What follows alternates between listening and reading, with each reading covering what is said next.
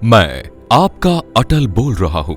मेरा पूरा नाम है अटल बिहारी वाजपेयी। मैं वही अटल बिहारी वाजपेयी हूँ जिसकी सरकार मात्र एक वोट से गिर गई थी। मैं वही हूँ जिसकी बात को मेरे जमाने के विपक्षी भी कान लगाकर सुनते थे। मैं वही वाजपेयी हूँ जिसके शासनकाल में भारत के वीर जवानों को ईंट का जवाब पत्थर से देने की छूट थी।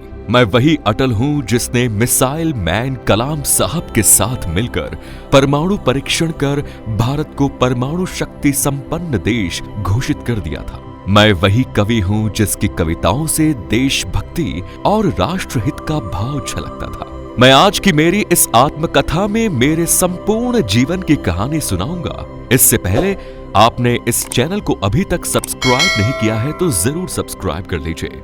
एक बार मैंने अपने भाषण में कहा था, अंधेरा छटेगा, सूरज निकलेगा, कमल खिलेगा। मैं सर्वप्रथम जगत जननी मातृभूमि के रूप में वर्तित भारत माता को प्रणाम करके आपसे भी प्रार्थना करता हूँ कि भारत माता की जय बोल के वीडियो की शुरुआत करें। वैसे तो दोस्तों, आपने मेरा नाम भारतीय इतिहास में एक प्रधानमंत्री के रूप में कई बार सुना होगा। मेरे से जुड़ी कई बातें आपको पता भी होगी, लेकिन मैं एक योग्य नेता होने के साथ साथ एक पत्रकार और कवि के रूप में भी जाना जाता रहा हूँ। मैंने कई बार भारतीय सदन के अंदर भी कविताओं के जरिए पक्ष और विपक्ष के नेताओं को अपने विचारों की ओर आकर्षित किया। कवित्व का गुण मुझे मेरे पिता से मिला। मैं आपको सबसे पहले मेरे जन्म के बारे में बताऊंगा, उसके बाद आरएसएस यानी संयुक्त राष्ट्र संघ में जाने और वहां से लेकर प्रधानमंत्री पद तक जाने की संपूर्ण कहानी विस्तार से बताऊंगा। उसके साथ ही मैं आपको ये भी बताऊंगा कि किस प्रकार अमेरिकी जासूस उपग्रह और तकनीकों से संपन्न पश्चिमी देशों की कड़ी निगरानी के बावजूद भारत ने परमाणु परीक्षण में सफलता हासिल की, तथा उसी के कुछ दिनों बाद हुए कारगिल युद्ध में भारत के वीर जवानों के शौर्य को बताऊंगा कि किस प्रकार उन्होंने पाकिस्तानी सैनिकों के पसीने छुड़ाए। भारतीय इतिहास में 3 बार के प्रधानमंत्री रहने वाला मैं अटल बिहारी वाजपेयी, जिसका जन्म एक मध्यम वर्गीय परिवार में 25 दिसंबर 1924 में मध्य प्रदेश जिले के ग्वालियर के एक गांव में हुआ। मेरे पिता कृष्ण बिहारी वाजपेयी एक शिक्षक और एक कवि थे। माता कृष्णा देवी वाजपेयी और मेरे 7 भाई बहन थे। मैंने अपने हाई स्कूल की शिक्षा सरस्वती शिक्षा मंदिर गोरखी बाड़ा विद्यालय से प्राप्त की। इसके बाद मैंने स्नातक की शिक्षा लक्ष्मीबाई कॉलेज से पूरी की और विधि स्नातक की डिग्री मैंने कानपुर में स्थित DAV कॉलेज से अर्थशास्त्र विषय में ली। मैंने अपने छात्र जीवन से ही राजनीतिक तथ्यों से संबंधित वाद विवाद में हिस्सा लेना आरंभ कर दिया था और मैं हमेशा ऐसी प्रतियोगिताओं में भाग लेता रहता था। जब मैं 15 वर्ष का रहा होगा, उन दिनों आर्य समाज के यूथ विंग आर्य कुमार सभा का बोलबाला था, जिसका उद्देश्य युवाओं का चरित्र निर्माण था। देश के तमाम गांव कस्बों में आर्य कुमार सभा की साप्ताहिक बैठकें हुआ करती थी। नौजवान इन बैठकों में बढ़ चढ़कर हिस्सा लेते थे। यह साल 1939 था। मैं एक रविवार अपने दोस्तों के साथ आर्य कुमार सभा की साप्ताहिक बैठक में हिस्सा लेने पहुंचा। बैठक शुरू हुई और मैंने चंद मिनटों में ही सभा के वरिष्ठ कार्यकर्ता भूदेव शास्त्री का ध्यान अपनी तरफ खींच लिया। मेरी वाक पटुता से वे मंत्रमुग्ध हो गए। बैठक खत्म हुई और भूदेव शास्त्री खुद मेरे पास आए और उन्होंने पूछा, तुम शाम में क्या करते हो? मैंने कहा, कुछ खास नहीं। भूदेव शास्त्री ने कहा, फिर क्यों नहीं शाम को तुम संघ की शाखा में आते हो? मैं पहले से ही भूदेव शास्त्री की सांगठनिक क्षमता आदि से काफी प्रभावित था। जब भूदेव शास्त्री ने मेरे सामने यह प्रस्ताव रखा तो मैंने हाँ कहने में तनिक भी देर नहीं लगाई। उस दिन मैंने भी नहीं सोचा था कि यह फैसला मेरी जिंदगी को बदलने वाला है और एक ऐसे रास्ते पर ले जाने वाला है जिसकी मंजिल प्रधानमंत्री की कुर्सी थी। सन 1942 में मैंने अपने राजनीतिक जीवन का सफर शुरू किया। जैसा कि आप सभी को पता होगा, उस समय भारत छोड़ो आंदोलन जोर शोर से चल रहा था और इसी दौरान मेरे भाई को इस आंदोलन में गिरफ्तार कर लिया गया, जिसके कारण 23 दिनों के लिए कारावास में रहना पड़ा। उसके बाद उन्हें रिहा कर दिया गया। उसी समय मेरी मुलाकात श्यामा प्रसाद मुखर्जी से हुई और उनके आग्रह करने पर मैंने भारतीय जनसंघ पार्टी को ज्वाइन कर लिया। भारतीय जनसंघ पार्टी का गठन सन 1951 में हुआ। मुखर्जी का स्वास्थ्य खराब रहने लगा और जल्द ही उनकी मौत हो गई। इसके बाद मैंने ही भारतीय जनसंघ की बागडोर संभाली और इसका विस्तार पूरे देश में किया। सन 1957 में जनसंघ पार्टी द्वारा मुझे उम्मीदवार के तौर पर उत्तर प्रदेश जिले के बलरामपुर लोकसभा सीट से इलेक्शन के लिए टिकट दी गई और मैंने लोकसभा चुनाव में अपनी पहली जीत दर्ज की। इसके बाद मेरी उपलब्धि को देखते हुए मुझे पार्टी का अध्यक्ष बनाया गया। मैं 2 साल तक मोरारजी देसाई की सरकार में वर्ष 1977 से 1979 तक विदेश मंत्री रहा, जिससे मैंने देश के प्रति विदेशों में एक विश्वासी देश की पृष्ठभूमि तैयार करने में बखूबी अपना पद संभाला। जब मैं भारत के विदेश मंत्री रहा, उसी समय तत्कालीन अमेरिकी राष्ट्रपति जिमी कार्टर लोसो ने 1978 में भारत की यात्रा की। 1977 में मैं संयुक्त राष्ट्र को हिंदी में संबोधित करने वाला पहला व्यक्ति बना। इसके बाद सन 1980 में मैंने अपनी पार्टी का गठन किया, जो थी भारतीय जनता पार्टी, और 6 अप्रैल 1980 को मैंने अध्यक्ष के रूप में कार्यभार संभाला। उसी दिन मुंबई में मैंने भाजपा के पहले राष्ट्रीय अधिवेशन में बतौर अध्यक्ष भाषण दिया। उस समय एक राजनीतिक दल के रूप में भाजपा की ताकत उतनी नहीं थी। भाजपा के पहले अधिवेशन को संबोधित करते हुए मैंने कहा था कि भाजपा का अध्यक्ष पद कोई अलंकार की वस्तु नहीं है। ये पद नहीं दायित्व है, प्रतिष्ठा नहीं परीक्षा है, ये सम्मान नहीं चुनौती है। मुझे भरोसा है कि आपके सहयोग से, देश की जनता के समर्थन से मैं इस जिम्मेदारी को ठीक तरह से निभा लूंगा। पैसा और प्रतिष्ठा के पीछे पागल होने वालों के लिए हमारे यहाँ कोई जगह नहीं है। तब मैंने अध्यक्षीय भाषण के अंत में कहा था कि भारत के पश्चिमी घाट को मंडित करने वाले महासागर के किनारे खड़े होकर मैं ये भविष्यवाणी करने का साहस करता हूं कि अंधेरा छटेगा, सूरज निकलेगा और कमल खिलेगा।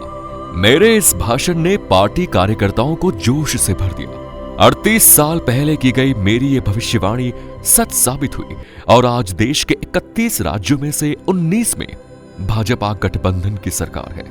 लोकसभा चुनाव सन 1996 में भारतीय जनता पार्टी का देश भर में पहला विजयी चुनाव रहा। इस चुनाव से बीजेपी ने देश में पहली बार अपनी सरकार को स्थापित किया और मात्र 13 दिनों के लिए 6 मई से 21 जून 1996 तक देश के 10वें प्रधानमंत्री के रूप में मैंने शपथ ली। 13 दिनों तक ही सरकार चलने के बाद भारतीय जनता पार्टी की सरकार गिर गई और फिर सन 1988 में सरकार गिरने के 2 साल बाद पार्टी सत्ता में आती है और 19 मार्च 1998 में मैंने दूसरी बार प्रधानमंत्री के रूप में शपथ ली और फिर 10 अक्टूबर 1999 को तीसरी बार प्रधानमंत्री पद के लिए शपथ ली। सबसे पहले मैंने प्रधानमंत्री पद पर रहते हुए डॉक्टर एपीजे अब्दुल कलाम के साथ मिलकर राजस्थान के पोखरण में सन 1998 में 11 मई और 13 मई को 5 भूमिगत परमाणु परीक्षण विस्फोट करके देश को परमाणु शक्ति संपन्न देश बनाया। यह एक साहसिक कदम था जिससे हमारे देश को अलग ही पहचान मिली। भारत देश का यह परमाणु परीक्षण इतनी गोपनीयता से किया गया था कि पश्चिमी देशों की आधुनिक तकनीक भी नहीं पकड़ पाई थी। परमाणु परीक्षण के बाद कुछ देशों ने अनेक प्रतिबंध भी लगाए, परंतु इन सब चीजों की परवाह न करते हुए हम आगे बढ़ते रहे और हमारे देश को नई आर्थिक विकास की ऊंचाइयों तक ले गए। उस समय मैंने पाकिस्तान का भी दौरा किया और वहां के तत्कालीन प्रधानमंत्री नवाज शरीफ से मुलाकात भी की।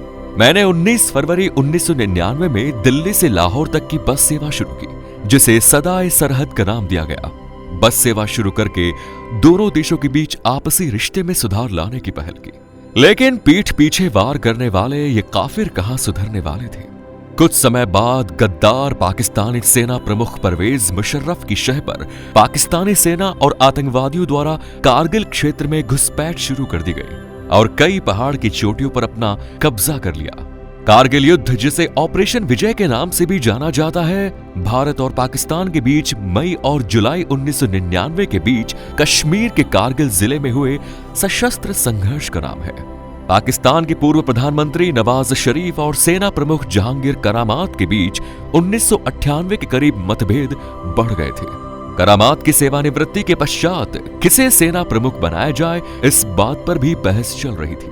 नवाज शरीफ के द्वारा एक आम सभा में अपने ऊपर की गई टीका टिप्पणी से गुस्सा होकर करामात ने सेना प्रमुख पद से इस्तीफा दे दिया।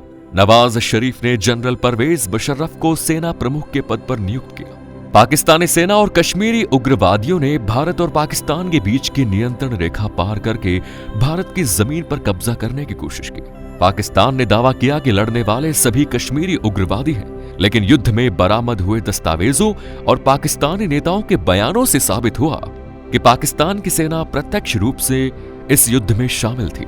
लगभग 30,000 भारतीय सैनिक और करीब 5,000 घुसपैठिए इस युद्ध में शामिल थे। भारतीय सेना और वायुसेना ने पाकिस्तान के कब्जे वाली जगहों पर हमला किया और धीरे धीरे अंतर्राष्ट्रीय सहयोग से पाकिस्तान को सीमा पार वापस जाने को मजबूर किया। यह युद्ध ऊंचाई वाले इलाके पर हुआ और दोनों देशों की सेनाओं को लड़ने में काफी मुश्किलों का सामना करना पड़ा। परमाणु बम बनाने के बाद भारत और पाकिस्तान की ओर से इस तरह की कोई बात नहीं हुई कि देश का भविष्य खराब हो। बात नहीं के बीच हुआ ये पहला सशस्त्र संघर्ष था। पाकिस्तान में इस युद्ध के कारण राजनीतिक और आर्थिक अस्थिरता बढ़ती गई और नवाज शरीफ की सरकार को हटाकर परवेज मुशर्रफ राष्ट्रपति बन गए। दूसरी ओर भारत में इस युद्ध के दौरान देश प्रेम का उबाल देखने को मिला और भारत की अर्थव्यवस्था को काफी मजबूती मिली। भारतीय सरकार ने रक्षा बजट और बढ़ाया। इस युद्ध से प्रेरणा लेकर कई फिल्में बनी जिनमें एलओसी कारगिल, लक्ष्य और धूप मुख्य है। वैसे तो पाकिस्तान ने इस युद्ध की शुरुआत 3 मई 1999 को ही कर दी थी, जब उसने कारगिल की ऊंची पहाड़ियों पर 5,000 सैनिकों के साथ घुसपैठ पर कब्जा जमा लिया। इस बात की जानकारी जब भारत सरकार को मिली तो सेना ने पाक सैनिकों को खदेड़ने के लिए ऑपरेशन विजय चलाया। भारतीय वायुसेना ने पाकिस्तान के खिलाफ मिग-27 और मिग-29 का भी इस्तेमाल किया। इसके बाद जहां भी पाकिस्तान ने कब्जा किया था वहां बम गिराए गए। इसके अलावा मिग-29 की सहायता से पाकिस्तान के कई ठिकानों पर R-77 मिसाइलों से हमला किया गया। इस युद्ध में बड़ी संख्या में रॉकेट और बमों का इस्तेमाल किया गया। इस दौरान करीब 2,50,000 गोले दागे गए। वहीं 5,000 बम फायर करने के लिए 300 से ज्यादा मोर्टार, तोपों और रॉकेटों का इस्तेमाल किया गया। युद्ध के 17 दिनों में हर रोज प्रति मिनट में 1 राउंड फायर किया गया। ये ऐसा युद्ध था जिसमें दुश्मन देश की सेना पर इतनी बड़ी संख्या में बमबारी की गई। 29 जुलाई 1999 को भारत ने कारगिल युद्ध में विजय हासिल की। इस दिन को हर वर्ष विजय दिवस के रूप में मनाया जाता है।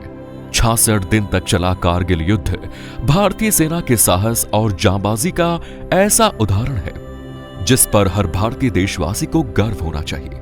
करीब 18,000 फीट की ऊंचाई पर कारगिल में लड़ी गई इस जंग में देश ने लगभग 527 से ज्यादा वीर योद्धाओं को खोया, वहीं 1,300 से ज्यादा घायल हुए।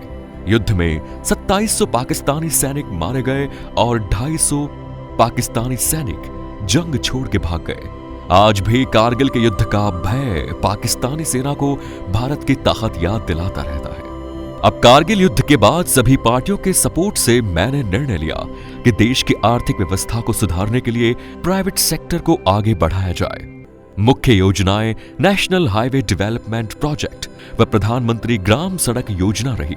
मैंने देश में इन्वेस्टमेंट को बढ़ावा दिया व आईटी सेक्टर के प्रति लोगों को जागरूक किया। सन 2000 में अमेरिका के राष्ट्रपति बिल क्लिंटन भारत दौरे पर आए।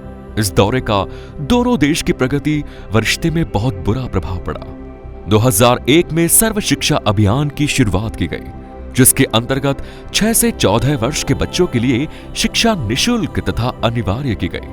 आर्थिक सुधार के लिए बहुत सी योजनाएं शुरू की, जिसके बाद 6 से 7% ग्रोथ रिकॉर्ड की गई। इसी समय पूरी दुनिया में भारत का नाम जाना जाने लगा। 2004 में कांग्रेस की जीत के साथ मैंने प्रधानमंत्री पद से इस्तीफा दे दिया। सन 2005 के बाद स्वास्थ्य खराब रहने के कारण मैंने राजनीति से रिटायरमेंट की बात घोषित कर दी। उन्हें 2009 में एक दौरा पड़ा, जिसके बाद वो बोलने में अक्षम हो गए थे। राष्ट्रपति प्रणब मुखर्जी ने 27 मार्च 2015 को पूर्व प्रधानमंत्री अटल बिहारी वाजपेयी को उनके घर जाकर भारत रत्न से सम्मानित किया। वाजपेयी जी के स्वास्थ्य को देखते हुए राष्ट्रपति ने उनके घर जाकर देश का सर्वोच्च नागरिक सम्मान प्रदान किया। इस अवसर पर प्रधानमंत्री नरेंद्र मोदी, अरुण जेटली, नितिन गडकरी और राजनाथ सिंह भी वाजपेयी के घर मौजूद रहे। प्रधानमंत्री के पद पर रहे हो या नेता प्रतिपक्ष, बेशक देश की बात हो या क्रांतिकारियों की या फिर उनकी अपनी ही कविताओं की, अटल बिहारी वाजपेयी की बराबरी कोई नहीं कर सकता। भारत रत्न से उन्हें सम्मानित किए जाने की घोषणा भारत सरकार ने दिसंबर 2014 में ही कर दी थी। वाजपेयी भारत रत्न ग्रहण करने वाले देश के 7वें प्रधानमंत्री बने। इससे पहले जवाहरलाल नेहरू, इंदिरा गांधी, राजीव गांधी, मोरारजी देसाई, लाल बहादुर शास्त्री और गुलजारी लाल नंदा को यह सम्मान मिल चुका है। इसी के साथ उन्हें कई पुरस्कार, 1992 में पद्म विभूषण, 1993 में डी लिट, 1994 में लोकमान्य तिलक पुरस्कार, 1994 में श्रेष्ठ सांसद पुरस्कार से नवाजा गया। उन्हें 11 जून 2018 में किडनी में संक्रमण और कुछ अन्य स्वास्थ्य समस्याओं की वजह से अखिल भारतीय आयुर्विज्ञान संस्थान एम्स में भर्ती कराया गया, जहां 16 अगस्त 2018 की शाम 5:05 पर उनकी मृत्यु हो गई और हमारा देश का एक और जलता हुआ दीपक बुझ गया। उन्हें अगले दिन 17 अगस्त को हिंदू रीति रिवाज के अनुसार उनकी दत्तक पुत्री नमिता कौल भट्टाचार्य ने मुखाग्नि दी। उनका समाधि स्थल राजघाट के पास शांतिवन में बने स्मृति स्थल में बनाया गया है। उनकी अंतिम यात्रा बहुत भव्य तरीके से निकाली गई, जिसमें प्रधानमंत्री नरेंद्र मोदी समेत सैकड़ों नेतागण पैदल चलते हुए गंतव्य तक पहुंचे। वाजपेयी जी के निधन पर भारत भर में 7 दिन के राजकीय शोक की घोषणा की गई। अमेरिका, चीन, बांग्लादेश, ब्रिटेन, नेपाल और जापान समेत विश्व के कई राष्ट्रों द्वारा उनके निधन पर दुख जताया गया। अटल जी की अस्थियों को देश की सभी प्रमुख नदियों में विसर्जित किया गया। तो दोस्तों, ये थी अटल बिहारी वाजपेयी की बायोग्राफी। भारत को इस ऊंचाई पर ले जाने के लिए हम सभी भारतवासी अटल बिहारी वाजपेयी, भारतीय सैनिक और उनके सहयोगियों का ऋण कभी नहीं चुका सकेंगे। भारत को एक नई शक्ति देने के लिए भारतवासी सदा उनके आभारी रहेंगे। उनके लिए कमेंट बॉक्स में जय हिंद, जय भारत का नारा लगाना हमारे लिए गौरव की बात होगी। यदि वीडियो पसंद आई तो लाइक कीजिए, अपने किसी मित्र या परिजन को जरूर शेयर कीजिए, चैनल को सब्सक्राइब कीजिए। धन्यवाद।